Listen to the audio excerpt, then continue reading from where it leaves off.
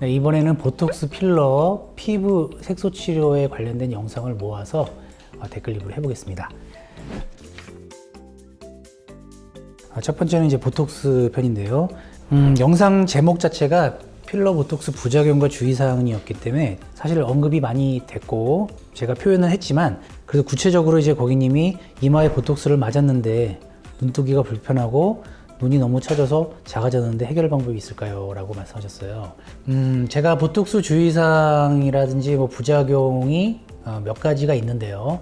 대표적으로 이제 눈썹을 자꾸 치켜 뜨시는 분이 이마주름이 생기니까 이마에다 보톡스를 맞는데 보통 처음 맞을 때 고민이 돼요. 이게 원인은 눈 때문에 있는 건데 이걸 치켜 올리고 있는데 억지로 못 올라가게 하니까 눈이 더 처져 보이고 안 올라가니까 답답하고 이거는 부작용이 아니라 예상을 못했던 거고요. 그리고 너무 심할 것 같은 사람은 처음부터 안 하는 게 맞겠죠.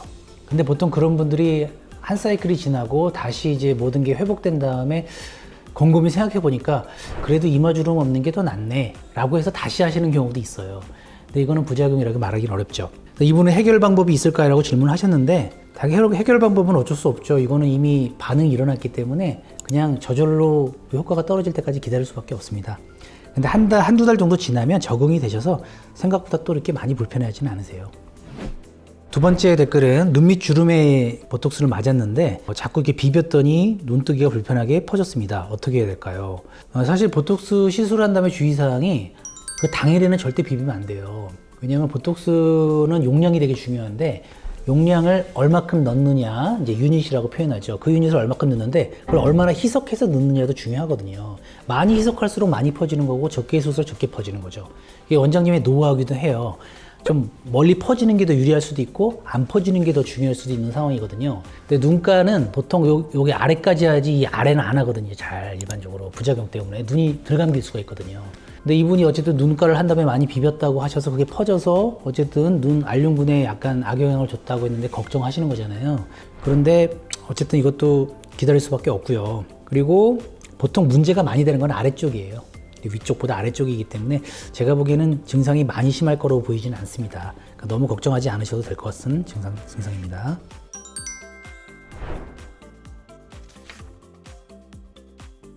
네, 다음 댓글은 필러입니다. 필러도 이제 많이 내용을 다뤘기 때문에 사실 구체적인 질문 할 게 많을 것 같지는 않은데요. 더 추가로 맞는 거에 대해 질문을 하셨네요.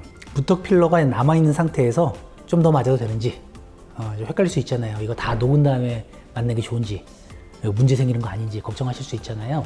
사실 이거는 전혀 나쁜 게 아니고요. 그러셔도 되고요. 또 그걸 권장하기도 해요.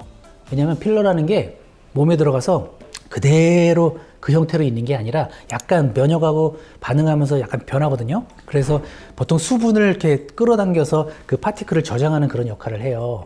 근데 제조회사에서는 다 없어지기 전에 이렇게 부스팅 차원에서 이렇게 더 하게 되면 똑같은 양보다 더 많은 효과, 그러니까 1 플러스 1이 2 이상으로 되는 효과, 더 나아지는 효과를 내기 때문에 오히려 권장하는 상황입니다.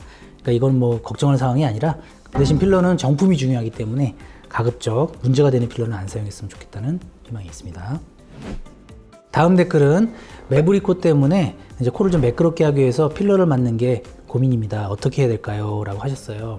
사실 매부리 코는 코 성형편에서 제가 좀 다루긴 했지만 여러 가지 해법이 있는데 어쨌든 수술은 무섭고 최대한 매부리 느낌을 완화하게 하려면 울퉁불퉁하게 만드는 그 오목한 구조를 좀 약간 채우는 게 도움이 되죠. 그러니까 매부리 아래쪽과 매부리 위쪽을 약간 섬세하게 조절해서 볼륨을 채워넣으면 전체적인 매부리 느낌이 좀 매끈해지니까 나름 해볼 만한 시술이라고 생각합니다. 근데 어쨌든 완성도는 물론 이제 코 성형에 비해서 많이 떨어지긴 하고요. 그 다음에 필러 중에서 이제 정품 필러를 반드시 써야 되는 게 중요한데 개인적인 건 경험인데 볼륨을 많이 넣어야 될 경우, 그러니까 많이 꺼졌던 경우죠. 그런 경우에는 히알루론산 필러를 넣었을 때 이게 예쁘게 쫙 올라가는 한계가 있고 어느 정도 더 높아지면 약간 이게 퍼지는 경향이 있어요. 그래서 콧대선이 이렇게 샤프하게 딱 콧대선이 되는 게 아니라 약간 부은 듯한 느낌이 되는 조금 딱 인위적인 느낌이 드는 그런 콧대선이 될 수도 있거든요. 그래서 히알루론산 필러를 쓰시려면 너무 과도한 욕심은 안 내시는 게 좋지 않을까, 이런 바람이 있습니다.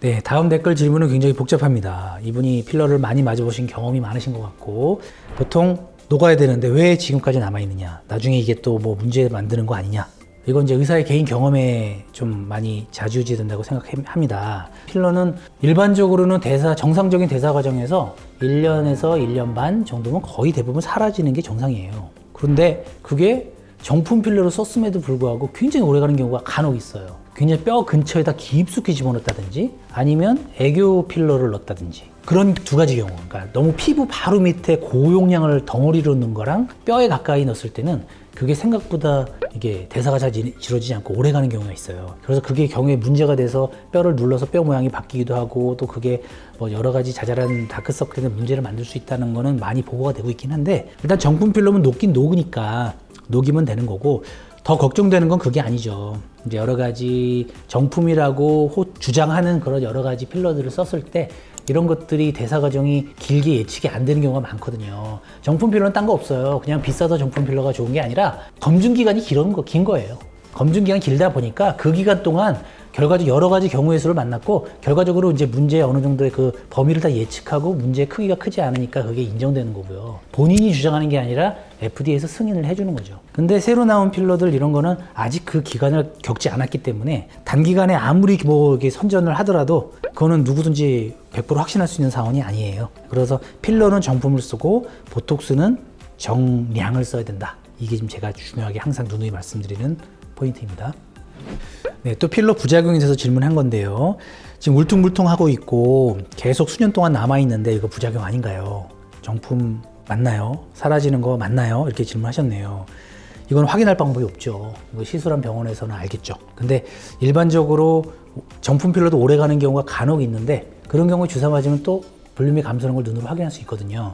이제 가장 안타까운 상황은 주사를 맞았는데 녹질 않아요. 그렇게 되면 제거가 어렵다는 얘기가 돼요. 물론 이제 눈 밑에 바짝 있는 거는 하안검성이라는 그런 절개 수술로 눈으로 보면서 물리적으로 제거할 수는 있는데 제거하기 어려운데 멀리 떨어져 있다든지 피부 바로 밑에 있다든지 이런 경우에는 제거가 힘들거든요.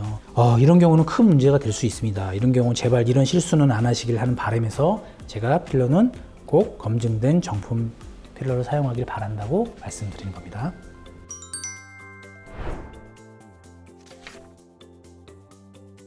네, 댓글 리뷰 잘 보셨나요? 보톡스는 뭐 말씀드릴 게 많지는 않아요. 제가 보톡스 필러는 심플하게 제가 누누이 강조하는 거를 다시 한번 강조하는 선에서 얘기를 마무리하고자 합니다. 보톡스는 회사가 굉장히 많아요. 너무 많은데 우리가 카피 약도 나름대로 잘 듣는 것처럼 보톡스도 오리지널이 있고 여러 가지가 있지만 나름 기술이 어느 정도 공유가 돼서 성능이 어느 정도 받쳐줘요. 그래서 중국산이든 국내산이든 뭐 러시아산이든 어느 정도 효과가 인정이 됐기 때문에 물론 이제 차이는 나죠. 그래서 비용적인 문제 걸어서 비용 차이가 나는 거니까 너무 성능을 의심하지 마시고 적절한 용량을 정직하게 하는 병원을 선택하는 게 좋지 않을까 이런 생각하고 합리적인 가격과 적절한 용량을 받는 신뢰가 있는 병원에서 하는 것이 가장 중요한 것 같고요. 그리고 보톡스는 일반적으로 얼굴에서 맞는 부위가 정해져 있어요. 맞는 방식이 정해져 있다는 얘기입니다. 주로 이제 미간 주름과 이마 전체의 그 주름, 그다음에 눈가 주름, 그다음에 사각턱의 볼륨 감소, 뭐 콧등도 하긴 하는데 대부분 요 네 가지 범위가 메인이고요. 적절한 가이드 용량이 다 이미 정해져 있어요. 그러니까 그 용량을 충실하게 잘 따르고 너무 지나치게 인색하게 조금 넣지 않고 너무 쓸데없이 과하지 않게 하면 매우 결과가 정직하게 나오는 시술이니까 어쨌든 그 맞는 그 방법의 그 일정함도 상당히 중요하다고 생각이 됩니다. 부작용은 아니고 여기 첨부한 사진은요, 이게 크게 웃었을 때 이렇게 어색하게 되는 거. 뭐 인상은 더 좋아지죠. 이게 웃는 상이니까. 근데 약간 미세하게 여기가 주름이 없으니까 조금 어색하죠. 요 정도 어색함이 눈가 할 때 약간 있을 수 있고요. 미간은 거의 부작용이 없고요. 이마는 눈썹이 내려가서 생기는 그 원인에 의해서 내려가는 그것 때문에 좀 초반에 힘들 수 있고, 사각턱은 뭐 특별히 아프지도 않고 부작용이 거의 없는 시술이라고 보면 되겠습니다. 보톡스와 달리 필러는 좀 얘기가 다릅니다. 우리 사람 몸에 1년 이상 머물러야 되는 어떤 물질이잖아요. 그게 어떤 게 들어가는지는 고객님 꼭 확인을 하실 필요가 있고요. 그 필러도 어떤 필러를 쓰는지, 구체적으로 어떻게 경과가 되는지를 아실 필요가 있어요.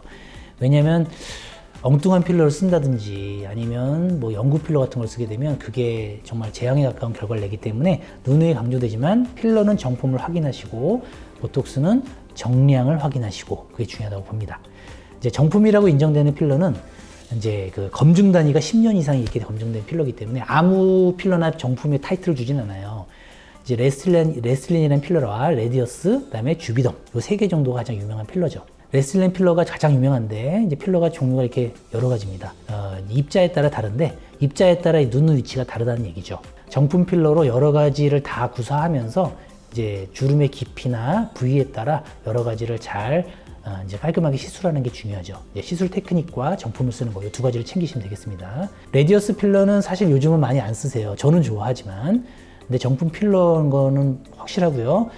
이 필러는 이 모든 레슬린 필러의 가장 입자 굵은 것보다도 훨씬 입자가 굵고 단단해요. 단단하기 때문에 조금 볼륨 하드한 부분, 이제 T존이라고 보통 얘기를 하죠. 이제 뭐 이마 센터 부분이 좀 여기가 납작하신 분이라든지 콧대, 그다음에 턱끝 이런데 단단하게 볼륨을 업할 때는 상당히 이게 좋은 결과를 낸다고 생각하고 가장 좋은 데는 팔자주름이라고 생각해요. 팔자주름 이 볼륨 업되는 그 파워는 정말 완전 최고라고 말할 수 있을 만큼 효과는 괜찮은 것 같습니다. 저 개인적으로 팔자주름에는 이 레디어스 필러를 선호하는 편입니다. 네, 저의 댓글 리뷰가 많이 도움이 되셨나요? 나름대로 준비한다고 했는데 리뷰 영상이 쉽지는 않네요. 다만 이제 이런 그 시간들이 어떤 내용을 전달하는 거에서 좀 더 소통이 담긴 그런 내용들이기 때문에 굉장히 여러분들에게 도움이 될 거라고 확신합니다. 좀 더 준비를 잘 해서 영상 주제별로 하나하나씩 여러분을 찾아뵙겠습니다. 감사합니다.